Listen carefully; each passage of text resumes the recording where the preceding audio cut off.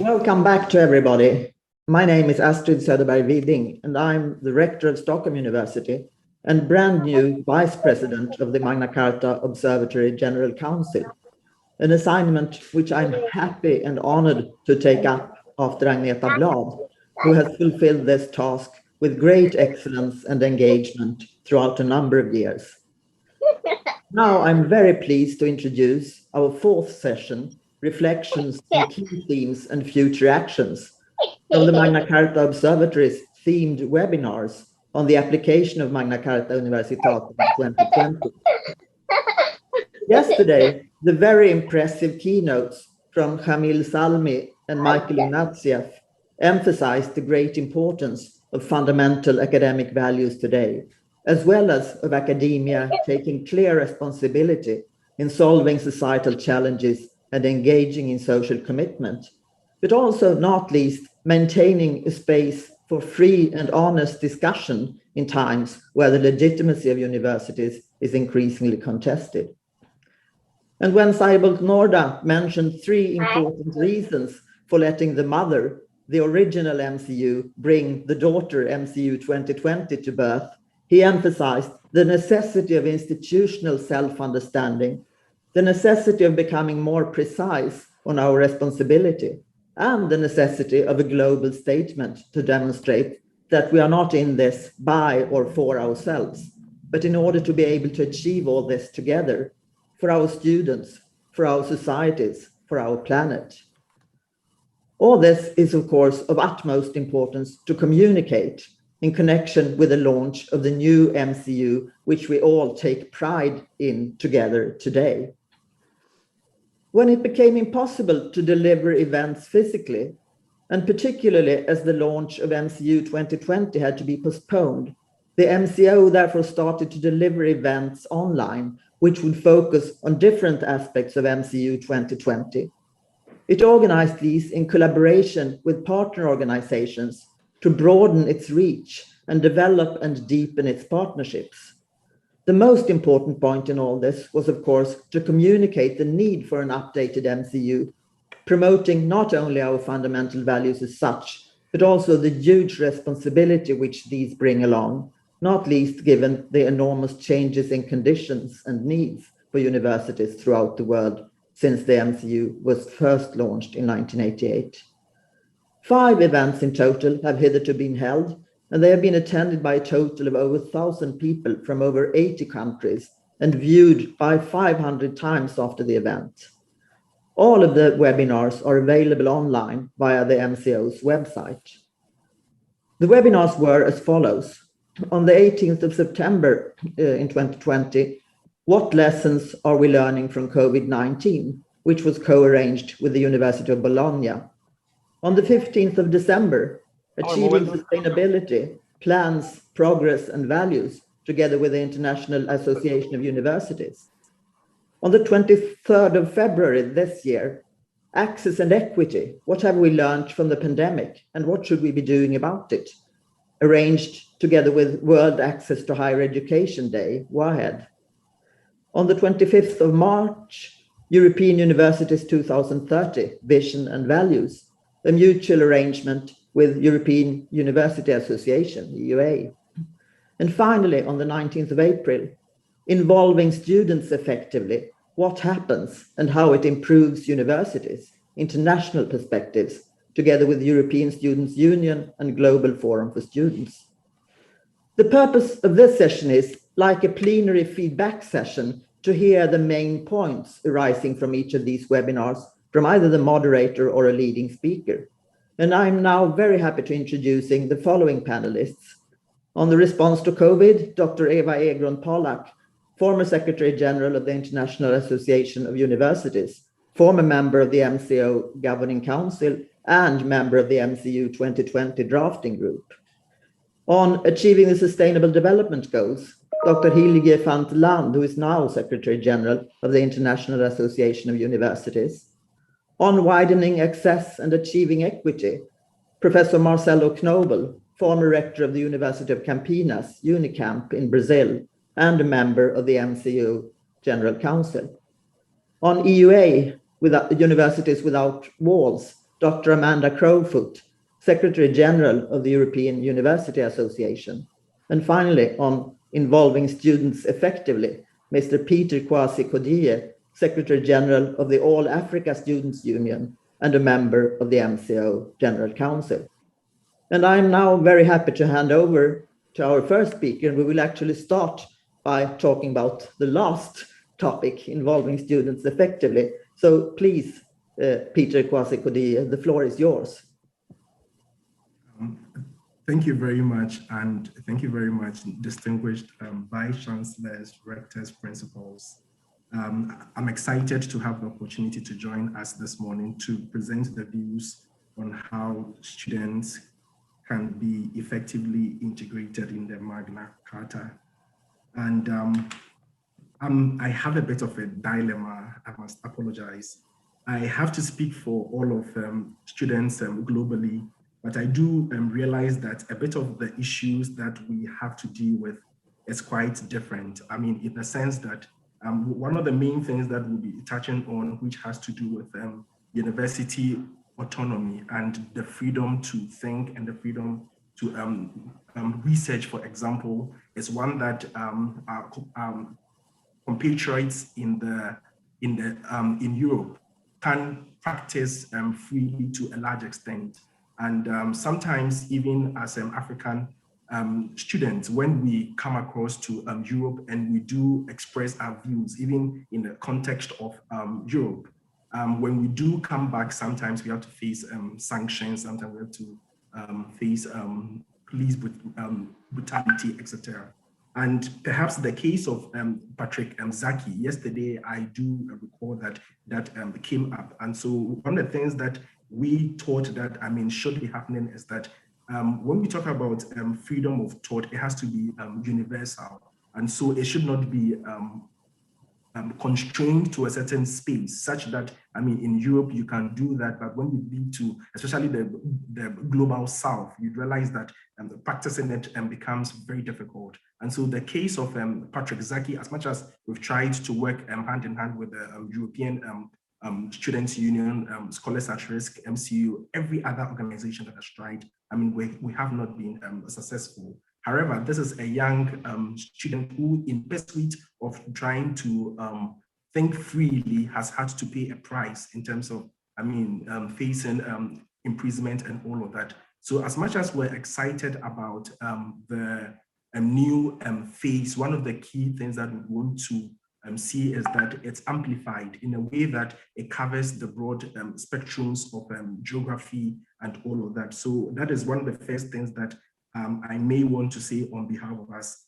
Secondly, we do also at a very key level want to be integrated effectively into governance in terms of the academic setup. So for example, we have come to the conclusion that if we as students, if we're going to have an effective way to be integrated, it has to come at the governing council level. And again, it's varied. If you look at our contemporaries in our compatriots in Europe, most of them are integrated to the extent that I even know that some universities have a rector position for a student who just ranks below the principal of the university.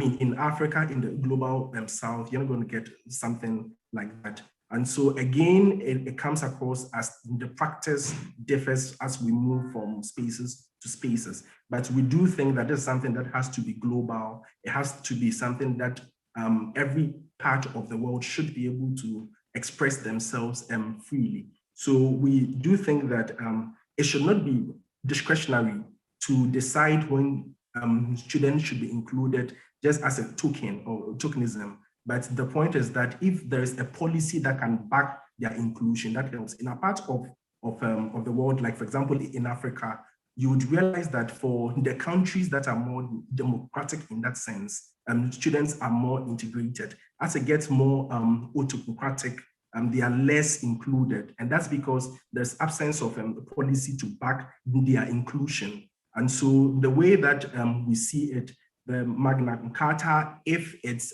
endorsed by most of the universities from Africa, from the global South, that's going to be something that will be phenomenal in terms of trying to give us that opportunity to sit, for example, on the governing council.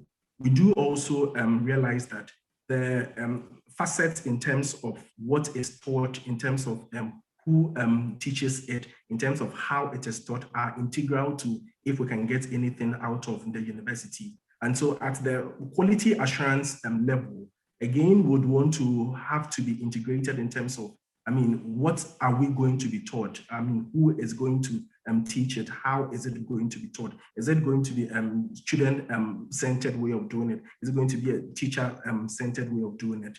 I do think, again, that across the spaces, it would keep varying in some places. If you look at the Bologna process, the European Students' Union is effectively integrated into that. And so, for example, they can advocate for student-centered way of doing the learning. But in our part, because of the existence of patriarchy and more of elderly student and all of those things, it's very difficult to advance certain ideals. So my question perhaps to all of us would be, how can we get us involved, even if it's outside of Europe, even if it's outside of the spaces that the Magna Carta is very well entrenched?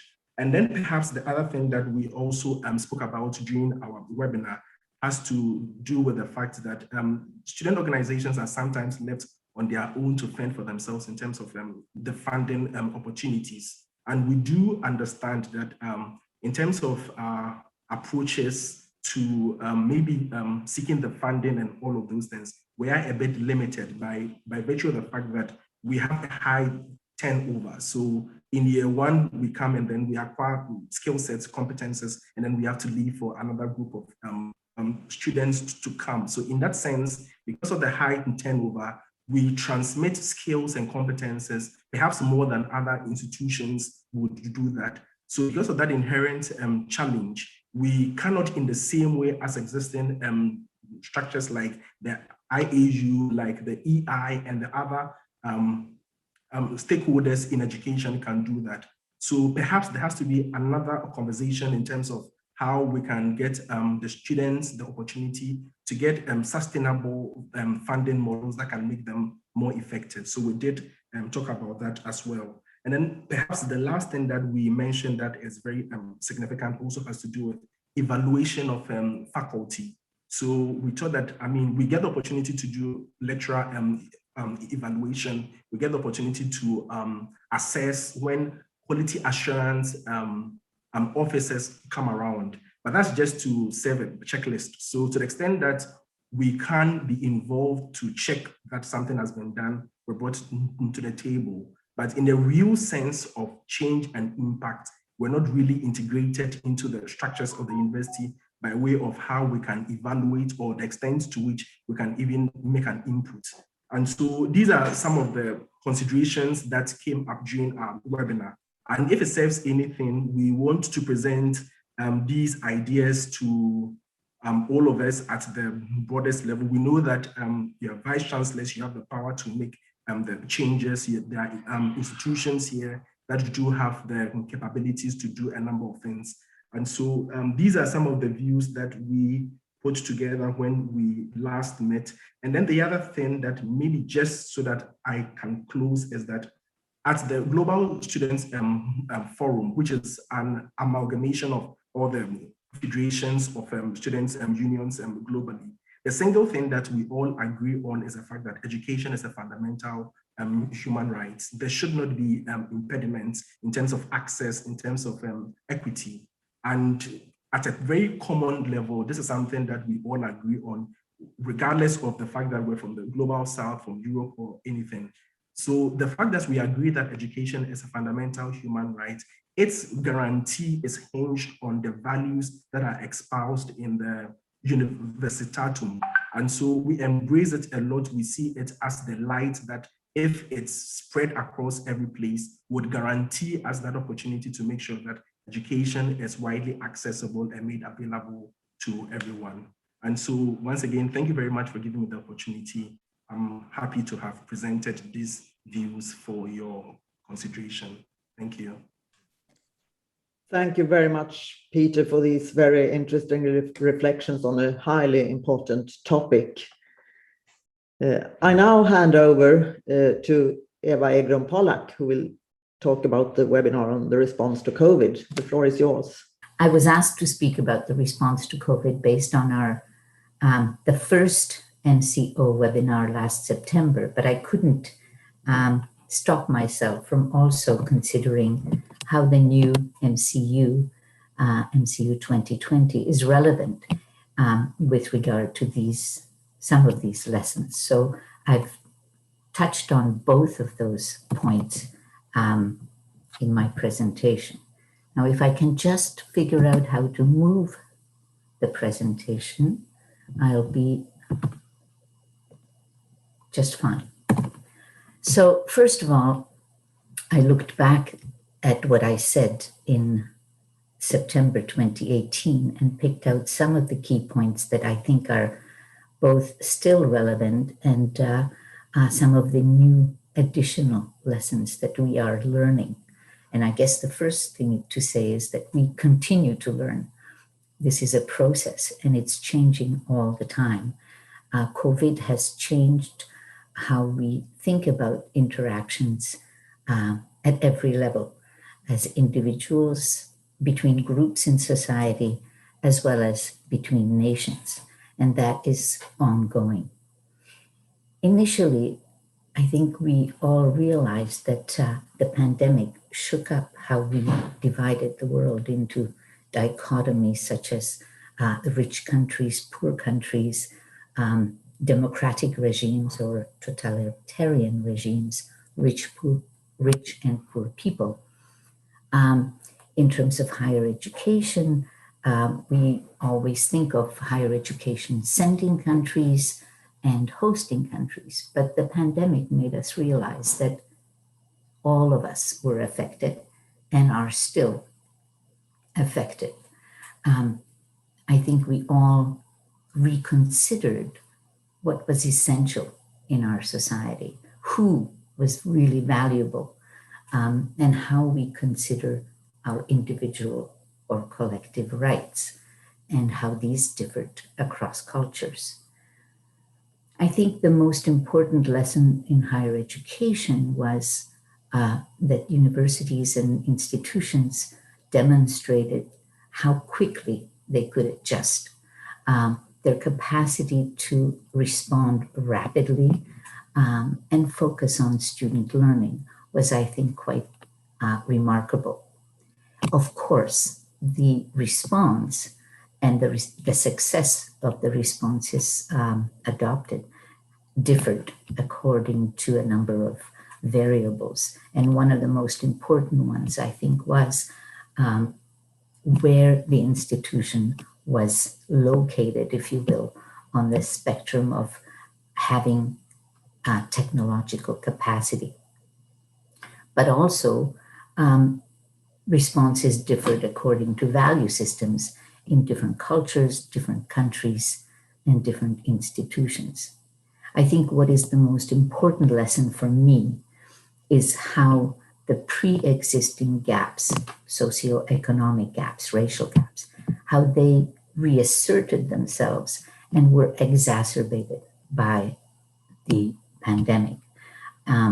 And of course, these impacted on the capacity to respond effectively most of all.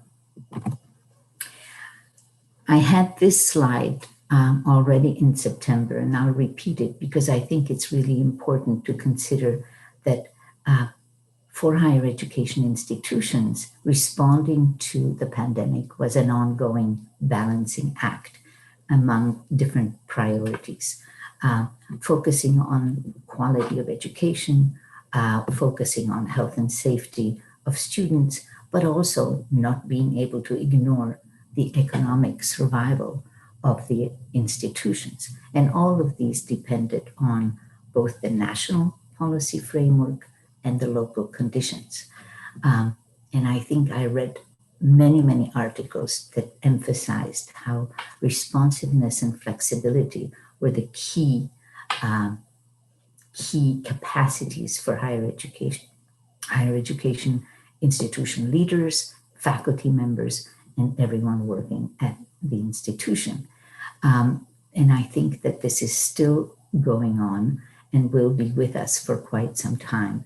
Plan A, Plan B, Plan C, and D are going to be required for many months to come.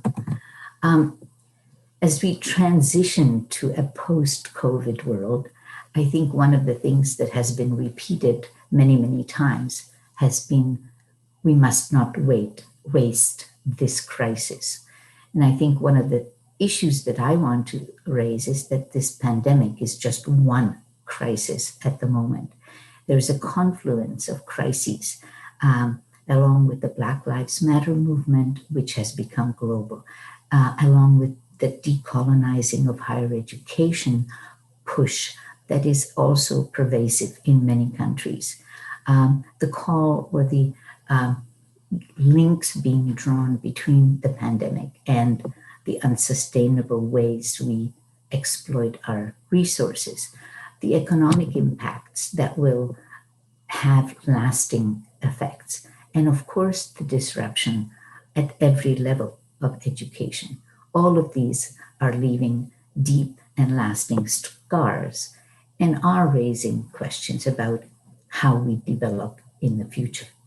I think in higher education, we will have to deal with the long-term impact on learning, on the lack of socialization for almost 18 months, on the mental health of students, as well as on the mental health of faculty and staff who've been working exclusively online for such a long time. I think we are recognizing that technology is a tremendous tool and has incredible potential, but it has shortcomings, and I think we have to also look at how to overcome these. In internationalization, the emphasis on international mobility of students will have to be rethought.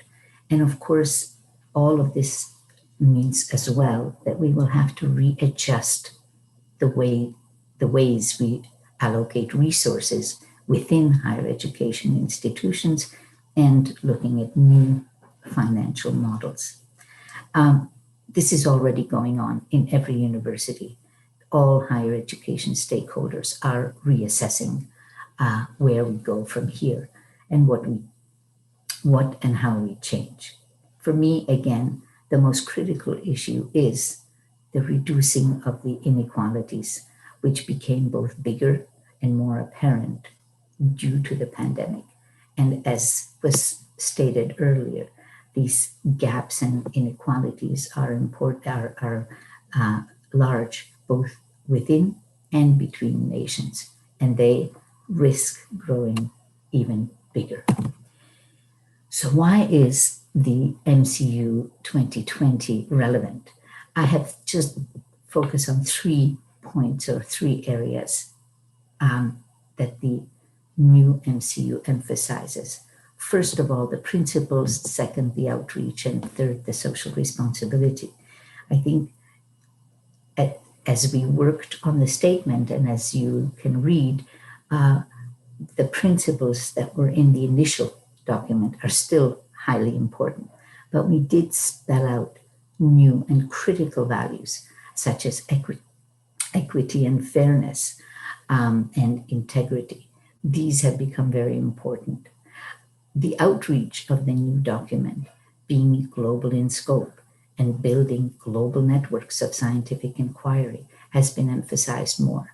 And of course, linking the values that we promote in higher education to developments external to the higher education sector. And this leads to the social responsibility, which I think is a very important and newly emphasized aspect in this new document, valuing inclusivity as well as fostering sustainability. I think we saw in the pandemic, this is from the lessons learned from COVID, we see how global we are. If we needed any kind of demonstration, the pandemic gave it to us, we're interconnected, interdependent, and there is a huge need for solidarity among nations. The notion of equity and integrity has come to the fore as never before. And I think that we'll hear from Marcello about how higher education institutions are responding to the need to improve access and success. And I think we know that the value of integrity and honesty needs to continuously be instilled in our students. We saw how the lack of transparency and honesty in our political leaders led to very disappointing results at the beginning of the pandemic. And finally, the new MCU emphasizes community and diversity. And I think this is, as we heard earlier today already, extremely important. And cooperation and mutually sharing knowledge and creating knowledge together is also emphasized, and the pandemic has shown us how valuable that can be. Finally, what are some of the lessons that we need to continue to retain for the post-COVID era, which I think is still in the making? We're not there yet. First, we need to recognize how socioeconomic, racial, and ethnic inequalities impact on education and impact on the capacity of individuals and societies to weather a crisis like the pandemic. We need to reflect on how important values and principles actually are and how they can help us find new paths to positive changes. I think we now know the critical importance of science and scientific cooperation and scientific evidence for policymaking. The pandemic has shown us that without scientific knowledge and evidence and without collaboration, we would not have reached the point we're at right now. I think we've also realized that some of our priorities are unsustainable. The number of trips all of us, every one of us, has taken in the past 15, 20 years cannot continue in the future and isn't necessarily necessary. Some of it, yes, but not all of it. We need to recognize the limits of technology, but also make the best of it, because it is a tool that will, I think, be a positive tool for change in the years to come. And I think we do need to acknowledge the positive value of social interaction. I'm so sorry that we're not all in Bologna at this particular moment discussing these issues and others as we engage. This is important for us, but it's equally, if not more important, for learners to engage socially together. Finally, I think we need to acknowledge that partnerships at every level, local, cross-sectoral, international, all of these based on shared and commonly agreed values can be central means to finding solutions and to finding sustainable solutions for future developments of higher education, but more generally for future development of society around the globe. Thank you very much. Thank you so much, Eva, for your both crystal clear and very dense presentation on a transition which, as you say, we are still in the midst of, but which really also highlights the importance and the relevance of the MCU 2020. So thank you so much. Now we are looking forward to hearing more about achieving the sustainable development goals, and in particular on IAU's impact, or specifically on decent work and economic growth. So I hand over to Hillige van 't Land, please. Thank you very much, Astrid, for giving me the floor. Thank you to Eva and to all who organized this session, but Eva in particular, because you will see why. But let me start. I couldn't resist. We are in a I will just also do this and time myself in order to respect the time a little. But I could not resist to also underline on behalf of the International Association of Universities that we are in an anniversary today. So on behalf of the association, I would like to convey my sincere congratulations on the 32nd anniversary of the Magna Carta Observatory, and also the anniversary of the foundational Magna Carta Universitatum text, a document that, as everybody has already said yesterday and today, that has traveled very far and has been influential over time, not the least also for the IAU, as it has inspired the letter of commitment that the IAU is now sending to its members when they join the global higher education community that we constitute. It has been endorsed by more than 1,000 universities around the world, and I hope that the new text will be signed by even many more. As we know, there are more than 20,000 higher education institutions of all kinds around the world, and they all would benefit from at least engaging with the text, debating it locally, adopting it and adapting it to their realities, but certainly debating it so that we also get some common grounds on how to build better higher education everywhere. This is obviously not the only text that exists, but it has the merit of being a text that has a global value and can travel again very far. So congratulations on the MCU 2020 and the team drafting it. Not an easy exercise. It's certainly a new step towards further inclusion and opening up to further cooperation and debates on the very values to underpin strong and quality higher education around the world. And finally, congratulations to the new board or governing council members who now constitute the new governing council of the MCO, because you will travel far with this text and organize again very important events that the IAU will be very pleased to also share with the broader higher education community. Higher education plays a very strong role in society in all countries and on all continents, as is also underlined by the growing demand for it everywhere.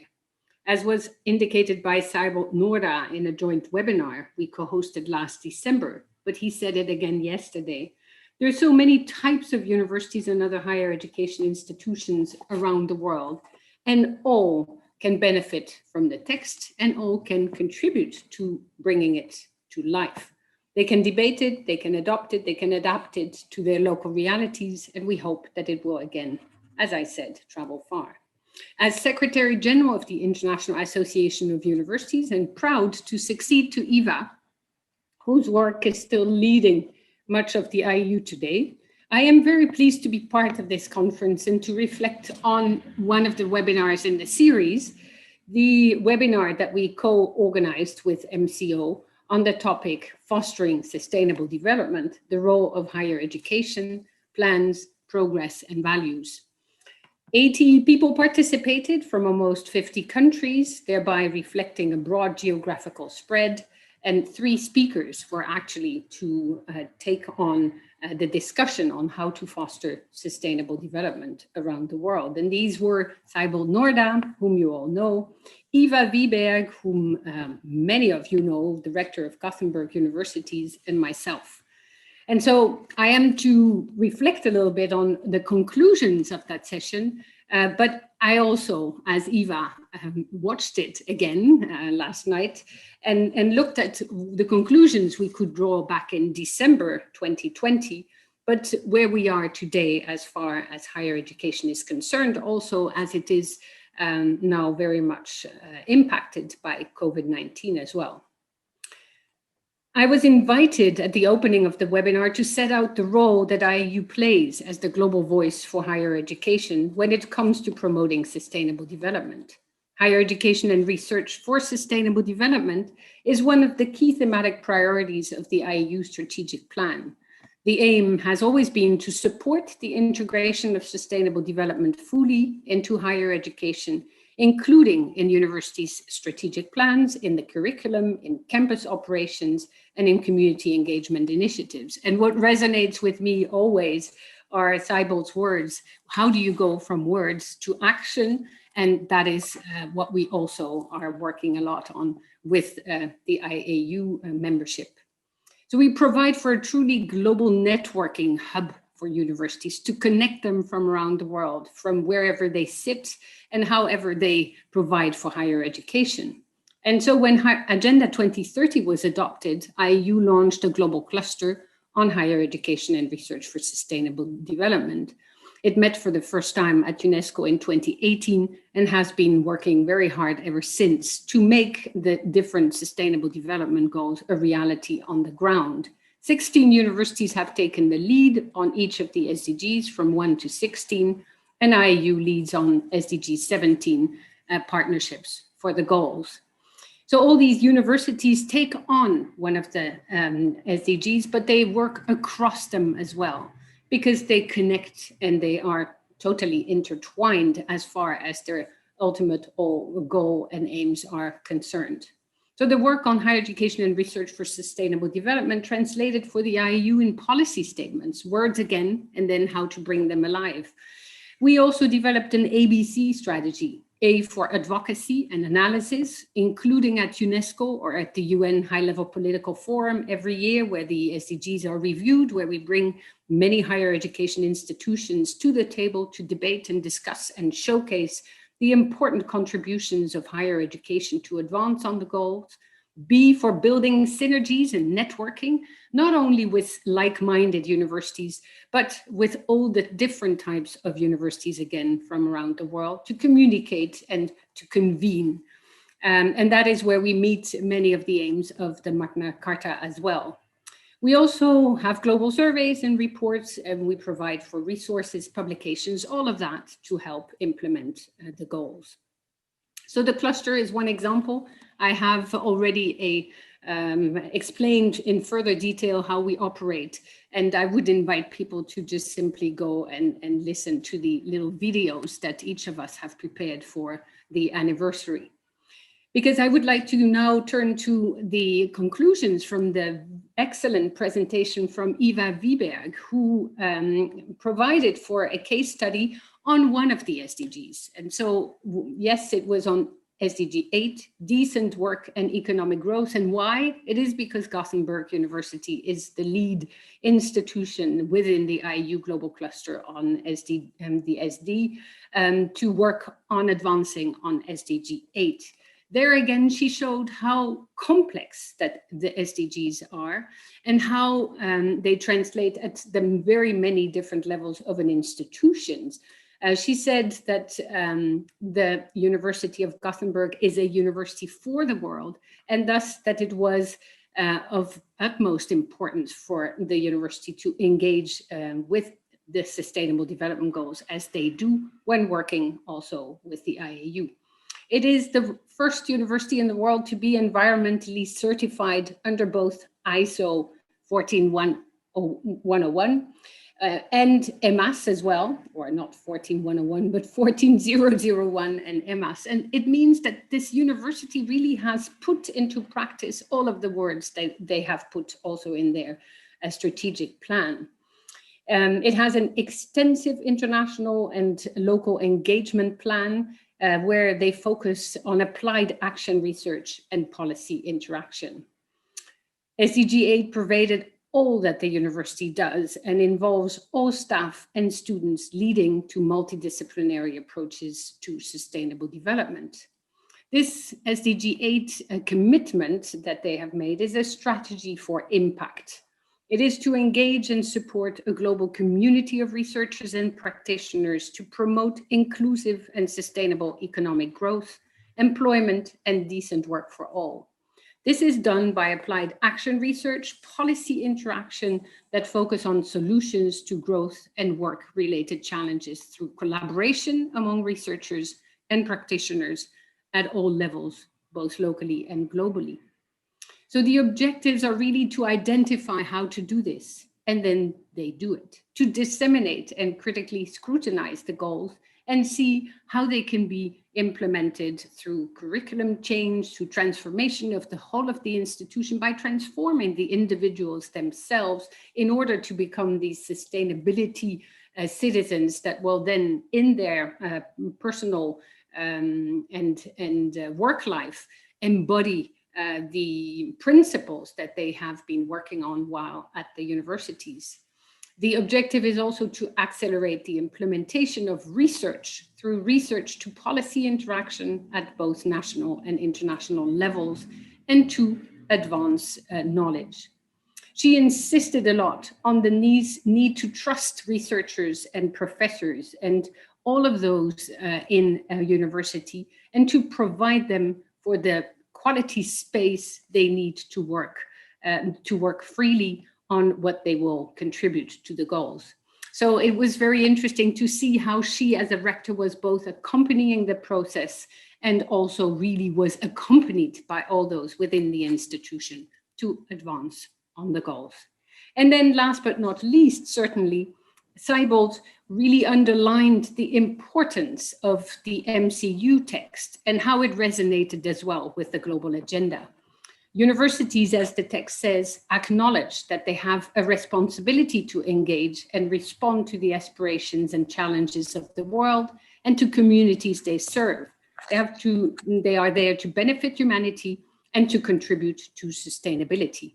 So he stated and underlined the multitude and the complexity of the meaningful options that are out there, and how the values themselves are intrinsically linked to the dynamics that universities can put in place in order to engage fully with the goals. So he talked about empowering everyone. And we've heard from Eva already some of that. We've heard from the student perspectives as well.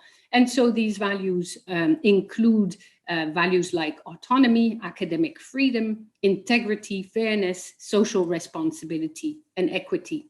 And these can be embraced all around the world, because by signing the Magna Carta Universitatum, as the text states, universities can declare their commitment to the original declaration and to uphold the advancement of the principles, as Eva said, the values and the responsibilities stated in the document, also to strengthen the role of the universities in not only preserving the planet, but to promote health, prosperity, and enlightenment around the world. So very complex, but very practically oriented webinar that I would invite the many to watch again, because it is still valuable today. Thank you. Thank you, Hillige, and congratulations also on IAU's anniversary. And thanks for reminding us so forcefully of our truly global mission, and also the necessity to make this transition that you speak about from words to action. Thank you very much. We now move over to the issue of widening access and achieving equity, and I hand over to Marcelo Knobel. Please. Well, good morning. Good morning here from Brazil. And it's a pleasure to be here with you. Of course, as Eva already mentioned, we would love to be together, enjoying the company of each other with the good food and hospitality of Bologna. It would be great.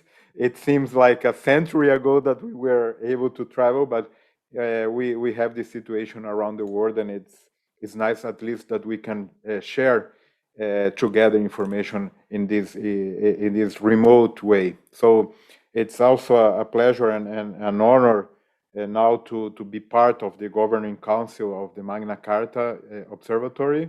I'm really honored to work together, and it's really an important mission that the Observatory of the Magna Carta has for the values and the pillars of the universities around the world. So thank you very much. I will quickly, I know that we are running late, I will quickly recall what we discussed in the webinar that was held on February this year, 22 of February, on access and equity, what we have learned from the pandemic and what should we be doing about it. This was the third of the webinars of the MCO, and it collaborated with the WAHED. It's an organization that promotes the World Access to Higher Education Day. And it's for those that you don't know yet, this initiative, I would really say that it's important to know about it and probably to participate in these activities as well. So the seminar was intended to discuss the access and equity.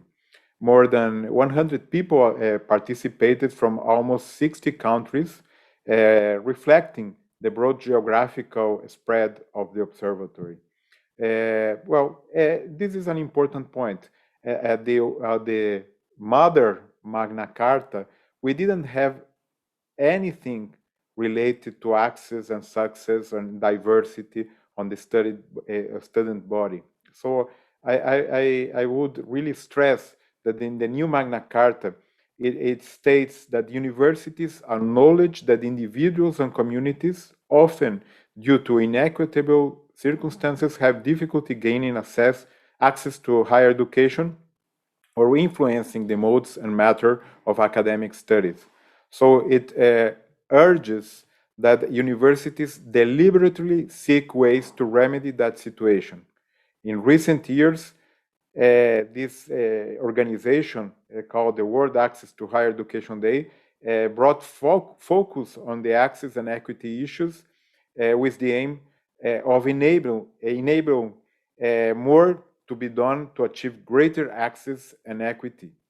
But of course, as we all know, the pandemic struck and we are now in this situation. So the webinar reflected on what universities learned from the pandemic. We discussed findings from the Sutton's Trust report, university access, student success, and COVID-19 in a global context. This Sutton Trust report was delivered on November 2020. We followed with examples from the United States and India about actions which have been taken by universities to increase access and equity, to inspire universities to seek ways to remedy the current obstacles. I concluded this webinar with insights as to how to keep on values, to rely on values in order to have a better approach, to have an approach that might lead to a more effective solution to the current challenges that we are all facing. So I would also, as previously mentioned by the speakers, I would invite you to watch the webinar that is available on the webpage of the Magna Carta Observatory, and of course on the YouTube channel. And it was a really interesting discussion and a really important one. So I am sure that most of the universities here, if not all, are very concerned about this issue of not leaving any student behind. And this is quite important, as Eva mentioned before, regarding this digital divide and inequalities that we have in our societies. So thank you very much. I would really stress that it's important to participate in this debate, and we eventually can organize other discussions on this issue, which is a really important problem. Thank you very much. Thank you so much, Marcelo, for bringing us all along on this absolutely essential path towards broader access and equity. I think this is an extremely, as you also stress, an extremely important discussion that we really need to continue with the MCO.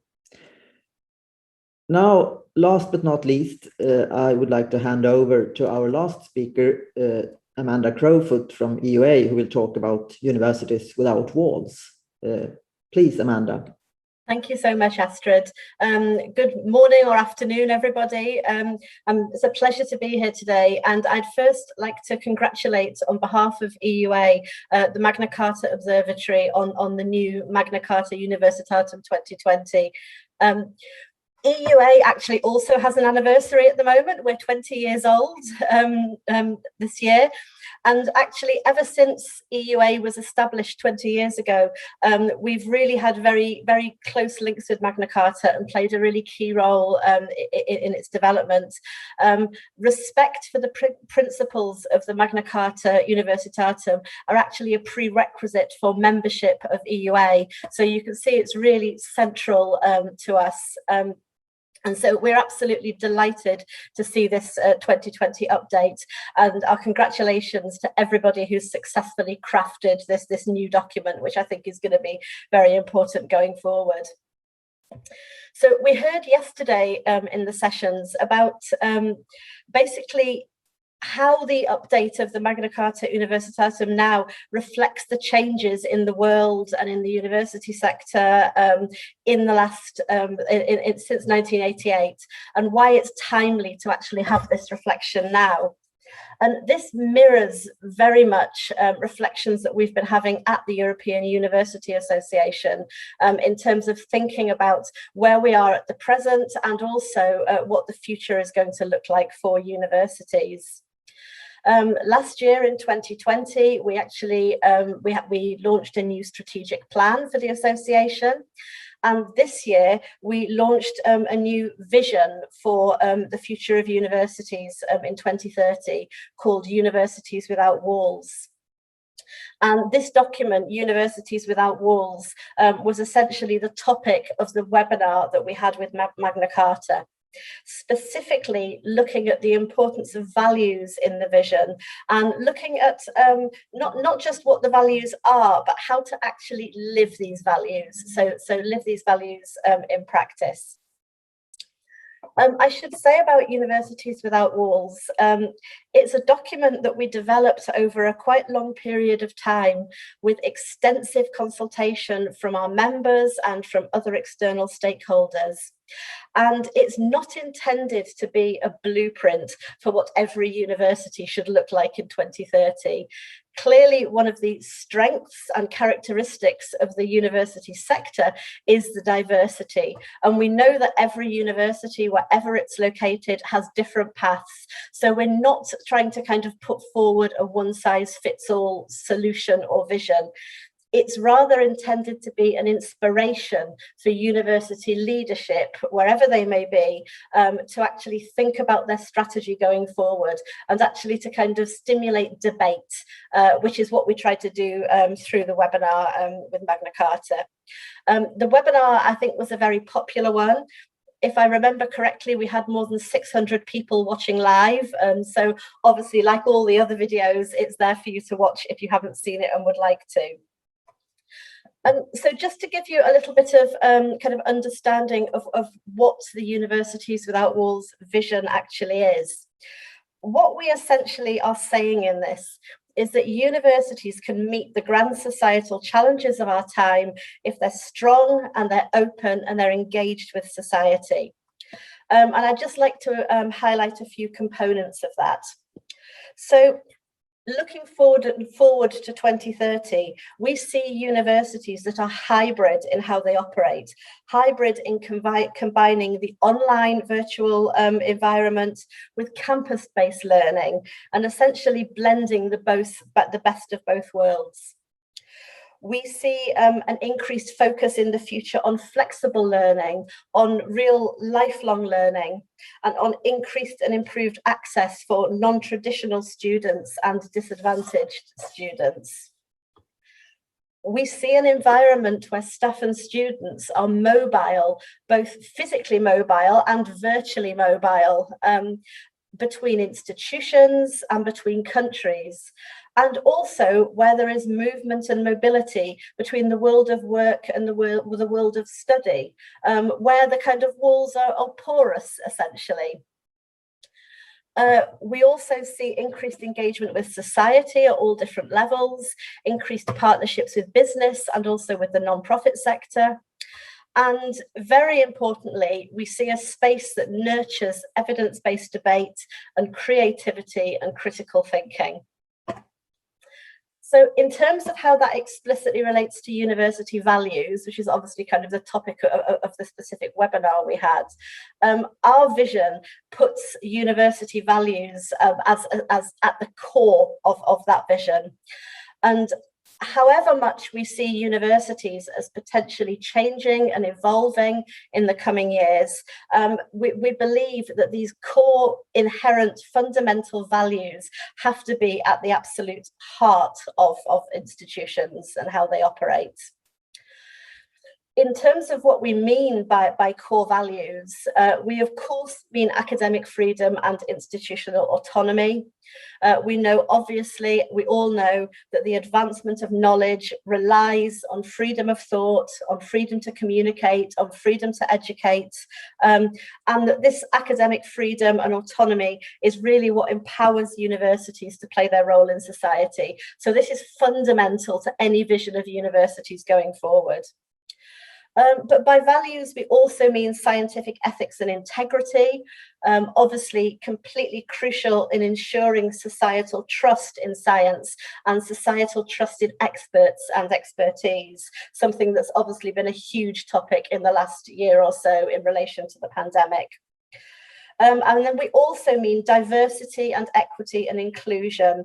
And Eva spoke earlier very eloquently about the way the COVID-19 crisis has exposed and increased disadvantage and social disparity. And this is absolutely something that clearly needs to be addressed and acknowledged by institutions.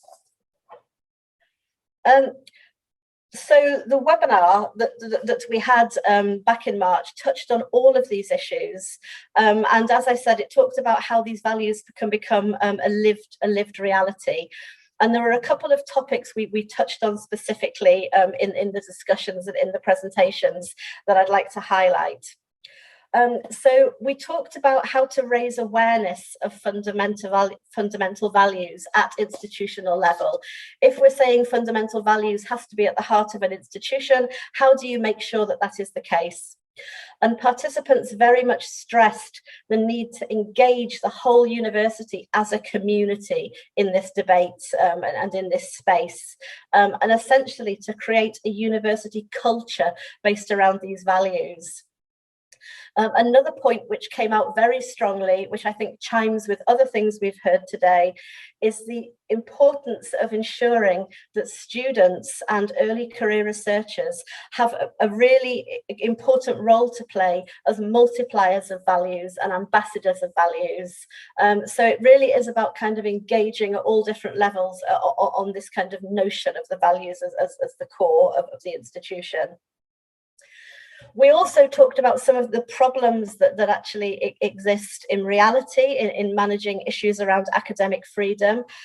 For example, some of the contradictions that can occur in balancing academic freedom with strategic decision making, such as the issue which is very prevalent of the moment about, if research agendas prioritize large-scale societal goals or certain political priorities, how do you actually you square that up with the notion of academic freedom and the freedom to actually investigate and study whatever is of interest and value outside of those specific areas? I think the reality is, and I don't really have any concrete conclusions from the webinar. I think the reality is that these are difficult questions with no easy answers. But I think we really saw the webinar as a kind of space to kind of kick off some of these debates. And I think the important thing is to have had this conversation and to have underlined this notion of making values explicit and part of the guiding principles for how a university operates. And I think, clearly these are conversations and reflections and debates that every institution, and not just universities, anybody engaged in this space can actually have. So just to finish, so I don't overrun my time, I just want to highlight really that the Magna Carta Universitatum really resonates strongly with EUA and its membership, precisely because of this importance of university values, because of the need for openness in our interconnected world, and because of the responsibility of universities towards society, something which is also strongly highlighted in our vision and has come up many times in the last couple of days. So we hope our vision and also that this relaunch of Magna Carta is really able to provide a new momentum in terms of grappling with these issues. And my very last word will be that as a next concrete or a future concrete opportunity to discuss these, the European University Association will also do its 2022 annual conference specifically on the subject of university values. So that will be in Budapest next April, and we will actually dedicate the event to this particular issue. So I do hope to see many of you there, and now I'll stop there. Many thanks, Amanda. Thanks for reminding us of the important EUA Universities Without Walls document, which, as you so eloquently have described, resonates so extremely well with the MCU 2020. So it will be very interesting to continue these discussions in Budapest. Now there is one question in the chat from Tony Gallagher, who says that in some or many countries there are countervailing pressures from populist politicians, often focused on getting back to normal or promoting culture wars against efforts to enhance equity. And this, of course, is a difficult challenge for HEIs. Does anybody of you in the panel want to comment upon this? He's interested in the ideas on how we should best respond. I would like to comment. Yeah, please, Marcelo, and I also saw Eva. Well, we are, as you probably know, here in Brazil, we are exactly in this situation. We are facing a very complicated times with I would say, a very complicated, at least, it's to say the least, is a very complicated government. And I would quickly respond saying that we as universities, we should enhance our communications with society. I would say that we have been failing in doing so. We try our best, but we are failing in order to find better ways in order to communicate what we really do, the importance of higher education, the importance of science and technology, the importance of innovation for the common good for the society as a whole. So we should eventually think about prioritizing more the communication of what is the importance of universities in order to convince more people, to have support of the society, and of course to have more politicians also working together with universities to engage the society. So this is my initial idea in order to do so. Thank you, Marcello. Eva, please. Well, Marcello, I think you stole my words, but I wanted to start by saying that those were the words actually that came out of our webinar, and I totally failed to report on some of the comments that were made and some of the presentations that were made during the webinar. I misunderstood David's instructions totally, but I do want to underline that Francesco Ubertini, who was the other speaker during our webinar, focused a great deal of his presentation on both the communications that the University of Bologna immediately put in place with the city and the region in which they're located, but also with regard to transparency. And I think that one of the issues about working with the community is also to be open and transparent. He emphasized it, and I think as a response to the question about the countervailing forces, I think this is critical, opening the university to the community and ensuring that the methods employed in a university, the scientific method of what is research and how we get to knowledge, be very clearly understood in society is very important. Someone earlier today talked about the difference between opinion and argument. And I think this is critical. It's emphasized in the MCU 2020. We need to allow for debate, but a debate or a discussion that is argumented and based on evidence rather than opinion. We need to instill in our graduates the appreciation for these differences. And I think transparency and openness and good communications with the local and global community is really key to that. So I echo Marcello, but more importantly, I echo Francesco Ubertini's presentation in our webinar. Thank you, Eva. Now we have two more comments, and then we will have to round up, but we are running out of time. But please, Hillige. Yes, thank you. This is a very important question by Tony, but excellent response by already our two previous interventions. But I think in our webinar, what was also echoed is this very big importance of exchange and dialogue, also with policymakers. And that is something that universities do not always yet do. And I could give examples from around the world, but it's just not something that is an evidence for the many. And also the importance of collaboration at global level, to continue to collaborate beyond limits that are being set by policymakers is of utmost importance. And I think that EUA or WAHED or other organizations, the organizations working with and for universities are also pushing for that very clearly, that collaboration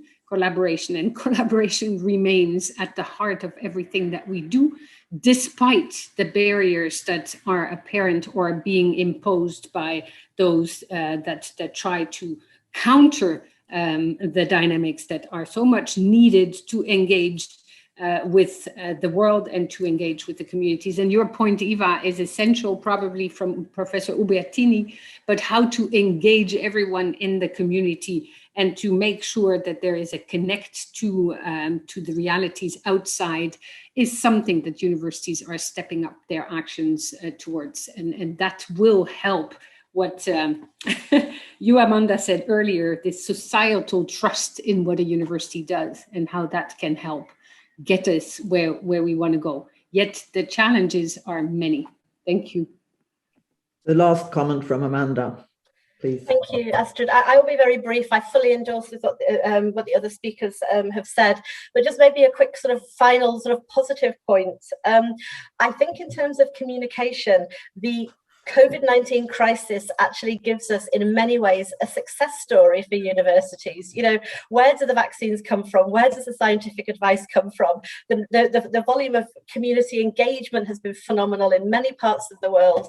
And so I think coming back to what was said earlier this morning about never waste a crisis, you know, clearly there's much more work to be done. But I do think we've got some kind of doors opened a little bit by what's happened in the last 18 months, and that we should capitalize on that.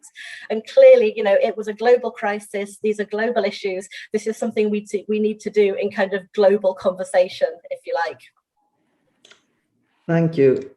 Now it's time to end this session, and I would like to do so by thanking all of our speakers for their most inspiring and engaging contributions, which I think reflect both the richness and the importance of the themes dealt with in this series of webinars.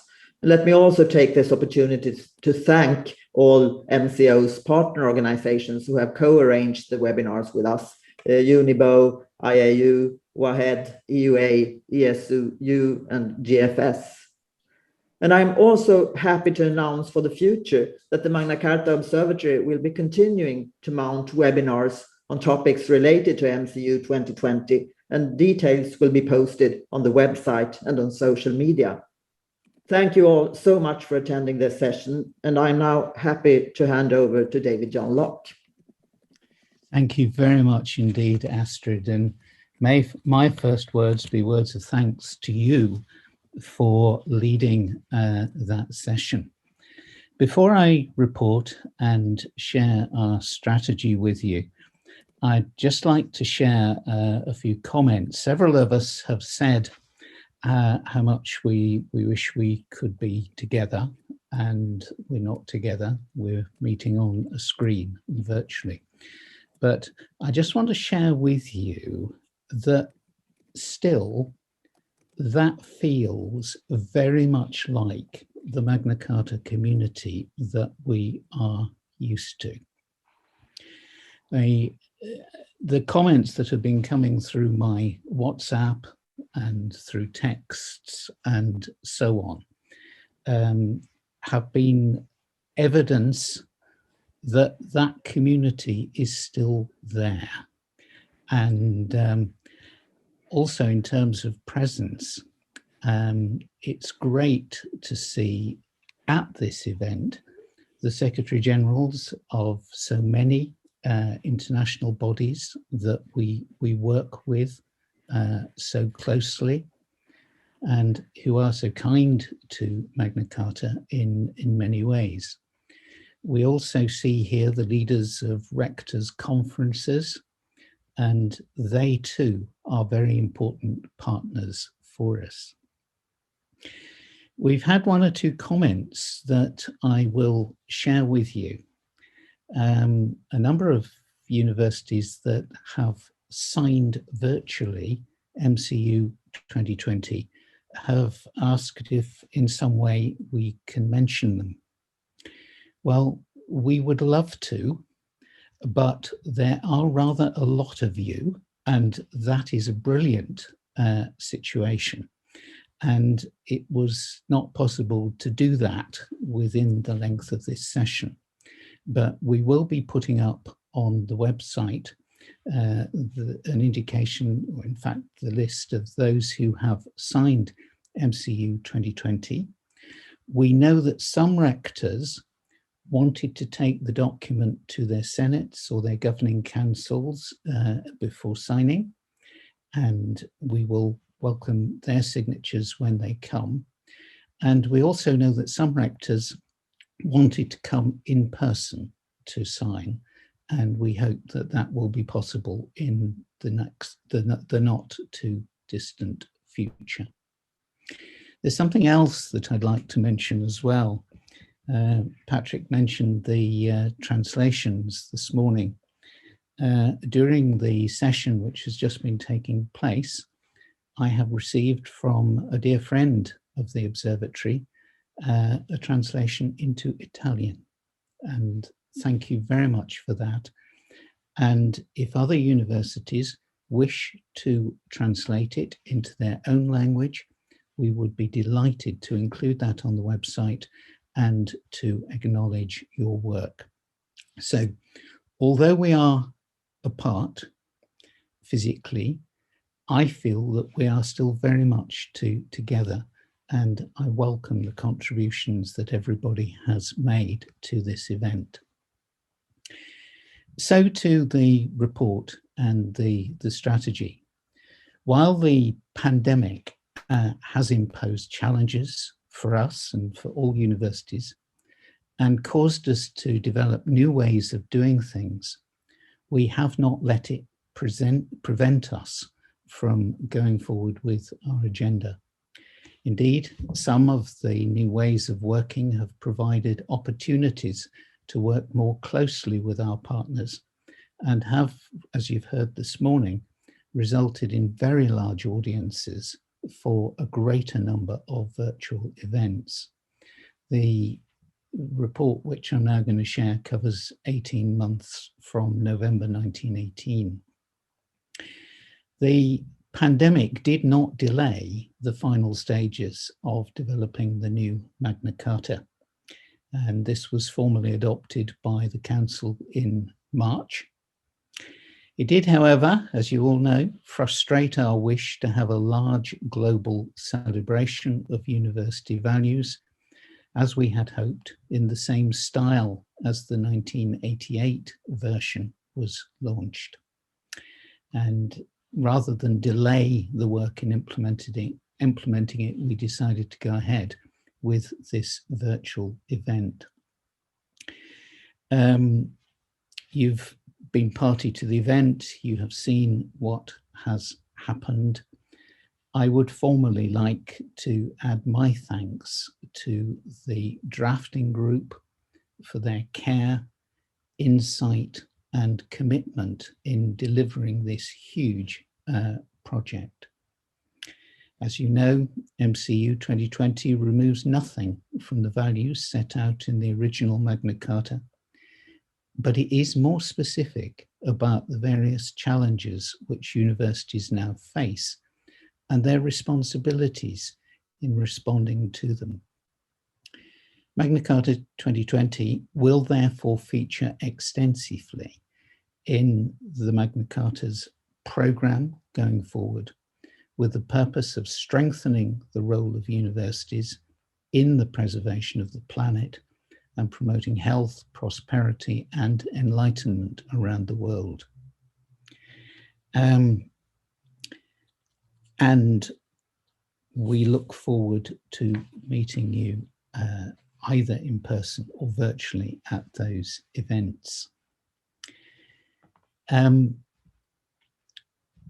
As you've heard, we moved online and we delivered 6 webinars. Relative to the number of people that previously attended our events, we were joined by audiences which were 4 or 5 times as large as the previous in-person events. I know that the events are different, but we anticipate a continuing virtual program in addition to the in-person events. In 2020, the Magna Carta's strategy was up for review, and that review took place virtually over an extended period. It included analysis of the changing environment which universities were facing, and an honest assessment of our achievements and weaknesses. The previous plan had resulted in a firm base to build on. The number of signatories was up to 906 from 366 at the start. Magna Carta 2020 had been prepared. There were more events in more countries, organised with more partners, which were attracting more participants. The Living Values project had been developed, and 16 universities around the world were involved in piloting it, with the assistance of a new group of ambassadors who increased greatly the MCO's ability to engage more closely with our signatories. The project was found to be valuable in a number of different settings and made the putting into practice of values more meaningful and impactful. Of course, there were things that we wanted to do more of and improve still further, including our communications with our signatories and the development of our research capacity, and those we are pursuing. Indeed, the research committee met for the first time on Monday of this week. For the period to 2025, the MCO will continue to engage all signatory universities in its work. The overarching objectives are to strengthen the network of universities that share the principles set out in the document, disseminate the values set out in MCU 2020 and promote their application in practice, promote and communicate the observatory's activities and its mission, increase the number of universities applying to sign it, and engage more closely with more kindred, national, regional, and global organizations. More details about how we're going to do that can be found on our website. And we plan to improve that website so that it is more useful as a source of information about fundamental values in practice. We are developing the Living Values project by building on the experience which we've gained from the pilot sites. The new elements of Magna Carta 2020 provide fertile ground for research, webinars, regional workshops, and rich content for conferences. It will be a priority to engage signatories of the 1988 edition who've not yet done so to sign the 2020 edition. We will be implementing a communications strategy and are grateful to Queen's University Canada for making available a communications specialist, Mary Beth Gaultier, to work with us in doing this. We welcome Mary Beth and will encourage the involvement of our signatories in all that we do. That involvement is the strength of our otherwise small organisation. We are grateful to the Rector of the University of Bologna for working with the MCO to develop a longer-term agreement which provides greater financial certainty, and for all the support which the university has given to the MCO. We are dependent on the majority of our funding coming from sources other than Unibo, but have been humbled by the way in which voluntary donations from signatories are holding up, despite the severe stress which the pandemic has placed on university finances. In section 8 of the background notes for this event, you'll see the logos of those universities which have contributed already this year. We're very grateful to you and we thank you all for doing that. We will, however, need to achieve greater income to fulfill our new plan. But we believe that if we do the things which you value, the funds will be forthcoming. That has happened in the past, and with every confidence that that will happen in the future. Finally, the MCO has been led by an outstanding governing council, many members of which have now come to the end of the period for which they are allowed to serve. It was the quality of this council and the spirit in which the members worked together which enabled us to achieve so much under the difficult circumstances which the pandemic imposed on us.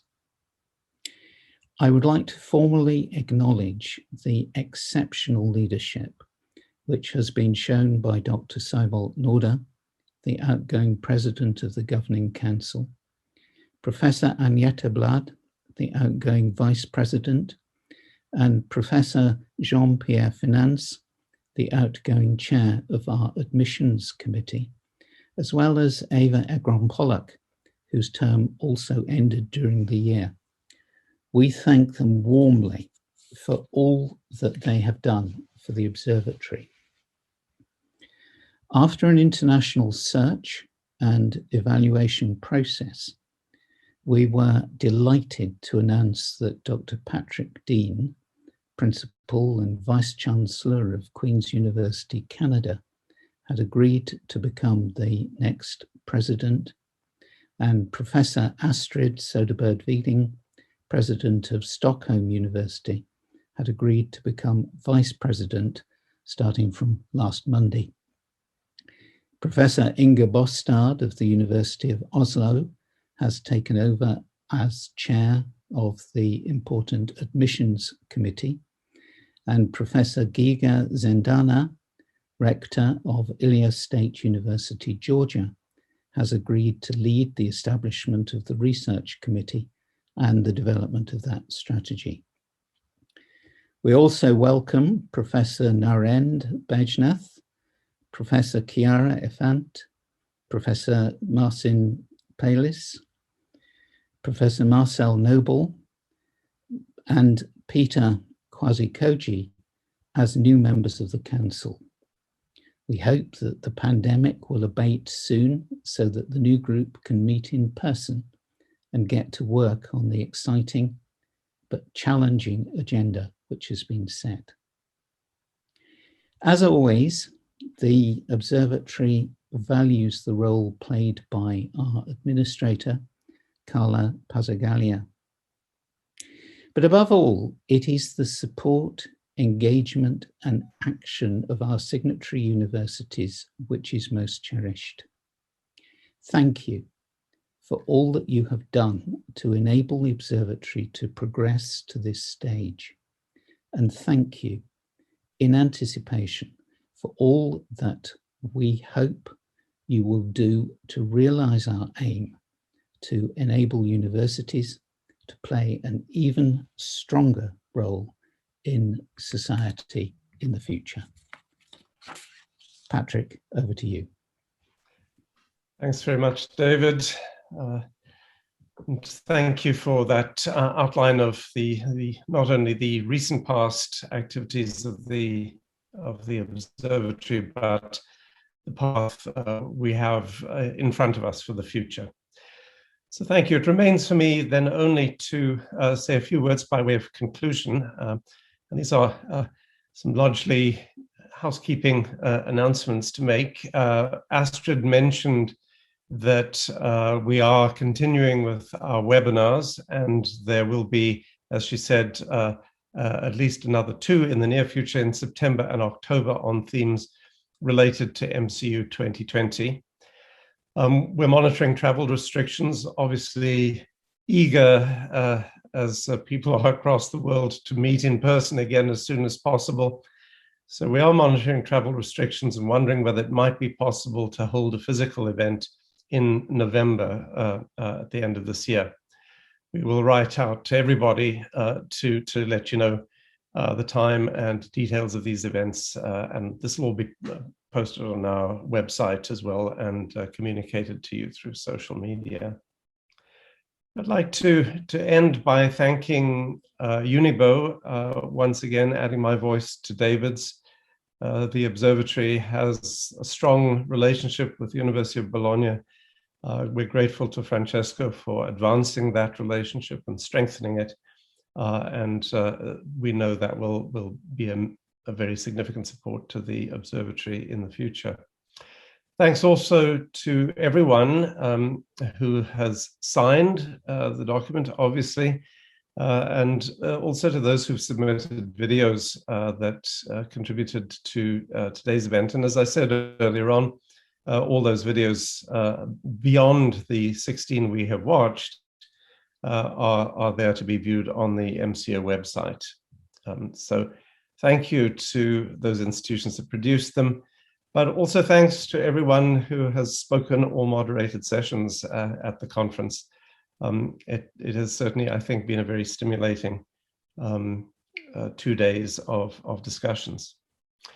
We're eager to know what you thought of it all, so I'd invite you all to complete the feedback form. It's a short form, and there is a link to it provided on the last page of the background document that was sent to you, along with the link for participating. With that said, I will simply say thanks again. It has been wonderful, and very much looking forward to the next convening of the signatories of the MCU and the MCU 2020,